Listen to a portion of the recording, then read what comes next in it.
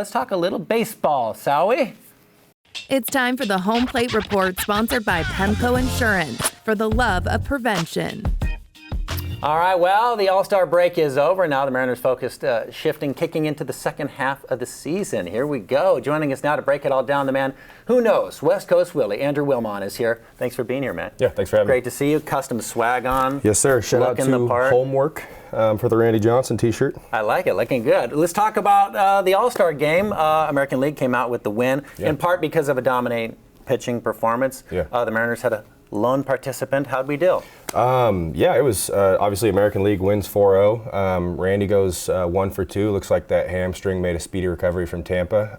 It was interesting to see the American League pitching staff kind of dominate when the National League Cy Young race this year is probably one of the most entertaining in recent memory. So, it was not what I had on my bingo card, but we'll take a 1 for 2 from Randy and an American League win. Some people watch for the glitz and the glamour, the outfits like that. Some people watch for these highlight moments. Do you have like an ultimate All-Star memory from the All-Star game?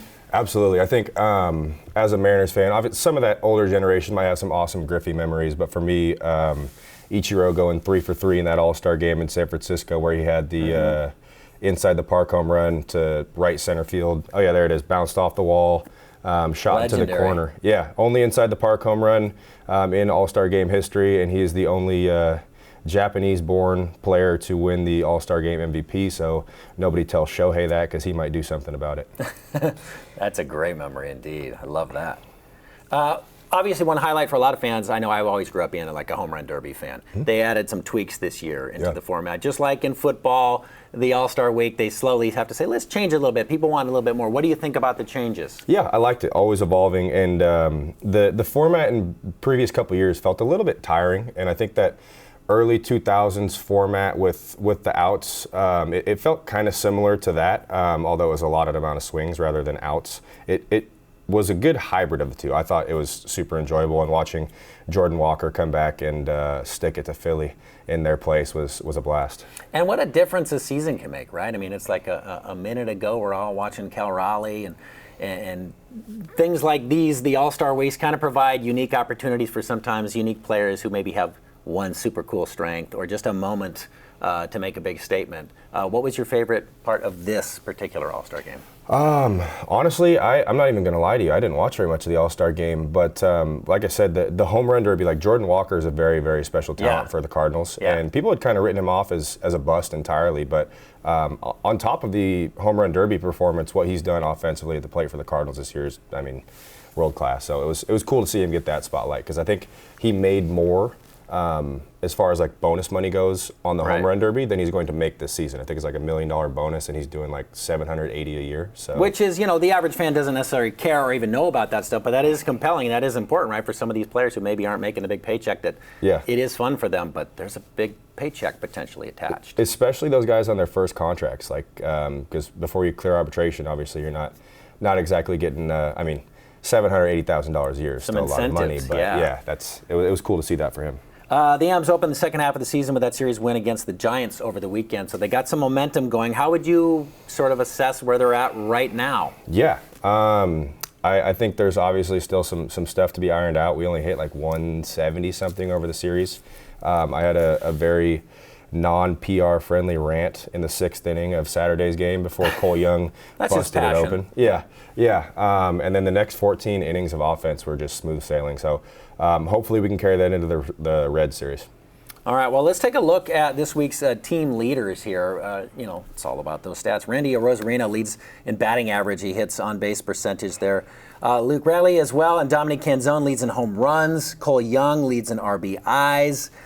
Here's the AL West standings. The Rangers remain in first place. Mm-hmm. So, of course, that's where we're at there. However, their lead over the Mariners dwindling just half a game. So what needs to happen for the Mariners to build some momentum here and kind of strengthen that playoff position? Because it's right there. You can see it. Yeah, it's a great question. I think we're still a relief arm or two away. I think Jerry's going to do what Jerry does at the deadline and make some moves. Obviously, if we could get Cal going a bit, that would be awesome. Right now, it feels like 60 home runs last year covered up quite a few holes that we had.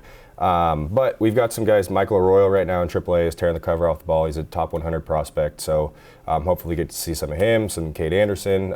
Jerry makes a couple of moves, and we're sitting here late August talking about a team that we're excited to watch in the playoffs. That would be fun. I got to say, I was just out in Tacoma at Cheney Stadium recently, and I found myself flashing back to Cole Young moments when they get that call. They get called in and says, hey, pack your bags, you're heading to Seattle. Yeah. As much as you'd love to be just a dominant team full of big stars, it's awfully fun to see some new names, some new people getting a bite at the apple who may just be that jersey that you're going to be wearing in a year. Yeah, no, absolutely. And I think there's a couple of great candidates, whether it's in Tacoma or Arkansas with, like I said, Anderson and Sloan, and then Lazaro Montez is also hitting it pretty well in Tacoma. So some good bats, some good arms on the way.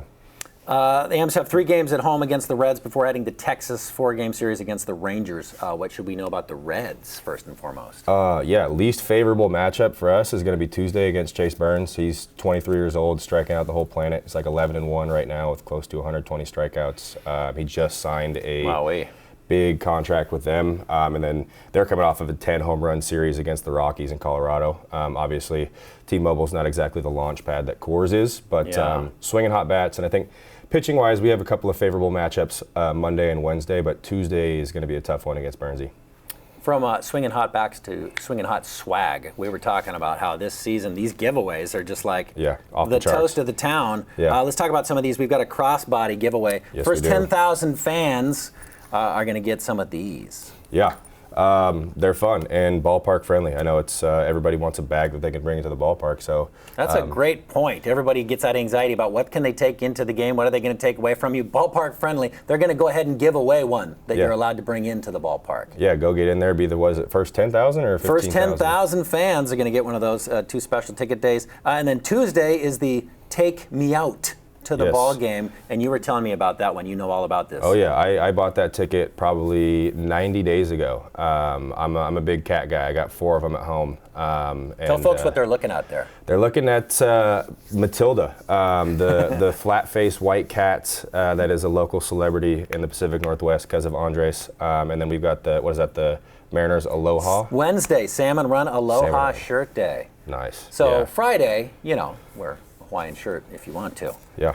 Big week for the M's. Thanks for being here. Yeah, thanks for having me. Great to see you. Great to see you. Right on. Hey, thanks for spending time with us today. For more New Day fun, you can subscribe on YouTube. Be sure to download the King 5 app. It is totally free. All you have to pay is attention.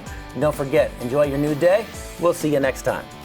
New Day Northwest is sponsored by Pemco Insurance.